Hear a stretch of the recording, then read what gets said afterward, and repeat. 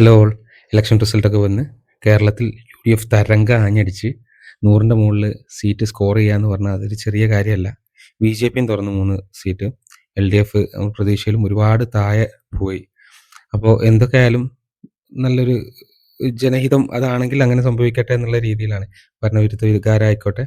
എന്തായാലും യുഡിഎഫിന് കൂടുതൽ നല്ല കാര്യങ്ങൾ ഈ 5 വർഷത്തിൽ ചെയ്യാൻ പറ്റട്ടെ എന്ന് വിചാരിക്കുന്നു. അതിൽ വിഷമമുള്ളൊരു സംഗതി എന്താ വെച്ചാൽ നമ്മളെ തിരുവമ്പാടി നിയോജക മണ്ഡലത്തിൽ വളരെ ടൈറ്റ് കോമ്പറ്റീഷൻ ആയിരുന്നു. ലിൻഡോ ജോസഫ് നല്ലൊരു കാൻഡിഡേറ്റ് തന്നെയായിരുന്നു. ഒരുപാട് വികസന പ്രവർത്തനങ്ങൾ കൊണ്ടുവന്ന ആളാണ്. പക്ഷേ കാസിം അത്രയ്ക്ക് സ്ട്രോങ്ങും ജനസമ്മതനും ആയതുകൊണ്ട് കാസിംക അതിൽ ജയിച്ച്. എന്തായാലും അതൊക്കെ അവരും അതേ രീതിയിൽ തന്നെ എടുക്കുന്നതിനോട് ലിൻഡോക്ക് ഒരു വീഡിയോ ഒക്കെ ഇട്ടിരുന്നു. സോ അത് നമ്മൾ അംഗീകരിച്ചേ പറ്റൂ. ജനഹിതമാണ്. അപ്പോൾ ഞാൻ പറയാൻ ഉദ്ദേശിക്കുന്ന വിഷയം എന്താണെന്ന് വെച്ചാൽ ഇവിടുത്തെ കാര്യമല്ല, തമിഴ്നാട്ടിലെ കാര്യമാണ്. തമിഴ്നാട്ടിൽ വിജയിൻ്റെ ടിവികെ തമിഴക വെട്ടിക്കഴകം അത് നേടിയ അത്ഭുതപൂർണ്ണമായിട്ടുള്ള വിജയം. അതാണ് എനിക്കിപ്പോൾ ഇവിടെ നിങ്ങളുടെ മുമ്പ് ഷെയർ ചെയ്യാനുള്ളത്. നമ്മൾ നോക്കേണ്ട ഒരു വിഷയം എന്താണെന്ന് വെച്ചാൽ 2 വർഷം മുമ്പ്, വെറും 2 വർഷം മുമ്പ് മാത്രം രജിസ്റ്റർ ചെയ്യപ്പെട്ട ഒരു പാർട്ടിയാണ് ടിവികെ.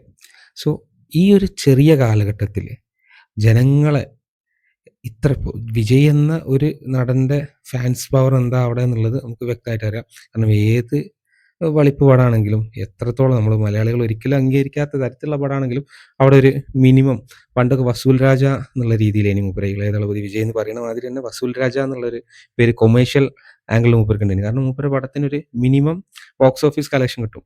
സോ അത്തരത്തിൽ ആളെ കൂട്ടാൻ ഇങ്ങനെ ഒരു എലക്ഷനിലും സാധിക്കുക എന്ന് പറഞ്ഞാൽ ഒരു നിസ്സാര കാര്യമല്ല. എംജിആറിനേക്കാളും വോട്ട് ഷെയർ വിജയ്ക്ക് ഉണ്ടാക്കാൻ പറ്റി. കാരണം ജെൻസി കംപ്ലീറ്റ് മൂപ്പരെ കൂടെ എന്നുള്ളൊരു ആറ്റിറ്റ്യൂഡിലാണ്.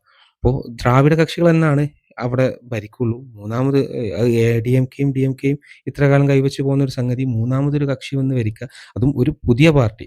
അത് വിജയിൻ്റെ ഒരു ബ്രാൻഡ് വാല്യൂ കൊണ്ട് മാത്രമാണ്.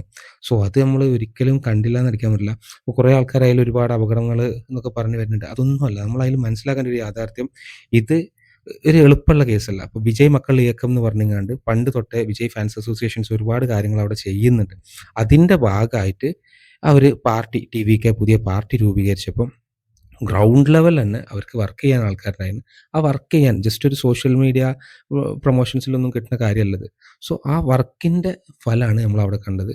എന്തായാലും അംഗീകരിക്കേണ്ട ഒരു സംഗതി തന്നെയാണ്. അത്ഭുതകരമായ